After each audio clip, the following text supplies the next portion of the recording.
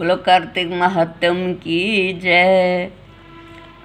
वासुदेव भगवान की जय। कार्तिक महात्म का ये 34वां अध्याय। सूत जी कहते कि उद्यापन करने की शक्ति न हो तो ब्राह्मण को भोजन करावे। यदि ब्राह्मण न हो तो गौ का पूजन करे, और गौ भी न हो तो पीपल और बट वृक्ष का पूजन करे।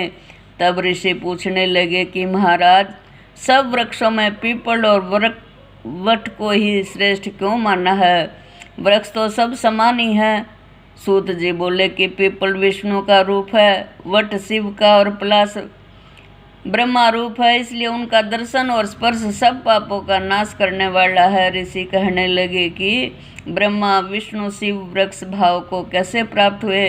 तब सूत जी कहने लगे कि एक समय श्री महादेव जी और पार्वती जी एकांत में विराजमान थे। उस समय देवताओं द्वारा भेजे गए अग्निदेव ने उनके एकांतवास में कुछ विघ्न किया, जिससे पार्वती ने क्रुद्ध होकर देवताओं को शाप दिया कि तुम वृक्ष हो जाओ। इसी शाप के वश विष्णु जी गया में पीपल, शिव जी प्रयाग में अक्षवट और पलाश, ब्रह्मा जी पलाश हुए। तब ऋषि पूछने लगे कि रविवार को पीपल का स्पर्श नहीं होता, शनिवार को अवश्य होता है, इसका क्या कारण है? सूत जी कहने लगे कि समुद्र मंथन के समय जब 14 रत्न समुद्र में से उत्पन्न हुए तो उनमें से कौस्तुभ मणि ले लक्ष्मी जी ने भगवान विष्णु से कहा कि भगवान, मेरी बड़ी बहन दरिद्रा है, ज्येष्ठा के रहते हुए आप मेरे साथ कैसे विवाह कर सकते हो? तब विष्णु ने लक्ष्मी के वचन सुनकर दरिद्रा को उद्दालक मुनि को दिया। दरिद्रा को बड़ा मुख, काला रंग, लाल नेत्र, बिखरे बाल। मुनि भगवान की आज्ञा अनुसार विवाह करके आश्रम में आए। दरिद्रा ने आश्रम में आकर देखा कि आश्रम में वेद पाठ हवन हो रहा है, तो इनको देखकर व्याकुल हो गई और कहने लगी, मैं यहाँ नहीं रह सकती।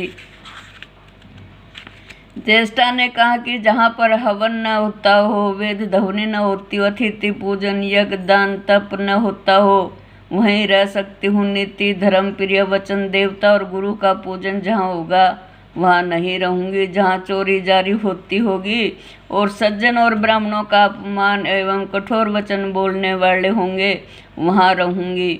ऐसा वचन सुनकर उद्दालक ऋषि अत्यंत व्याकुल होकर कहने लगे कि अच्छा, जाता हूँ, और जब तक न लौटूं तुम यहीं पीपल के वृक्ष पर रहो। सूत जी कहने लगी। इस प्रकार उद्दालक ऋषि कहकर चले गए। तब दरिद्रा ने बहुत देर तक तो प्रतीक्षा की, मगर जब मुनि नहीं आए तो पति के त्याग से अत्यंत दुखी होकर रोने लगी। उनका रुदन सुन लक्ष्मी जी ने वैकुंठ में सुनकर भगवान से कहा कि भगवान, मेरी बहन पति के त्याग से दुखित होकर रो रही है, उसे जाकर शांत करिए। तब भगवान लक्ष्मी सहित वहाँ पर आए और कहने लगे कि तुम पीपल में निवास करो। पीपल हमारा ही अंश है।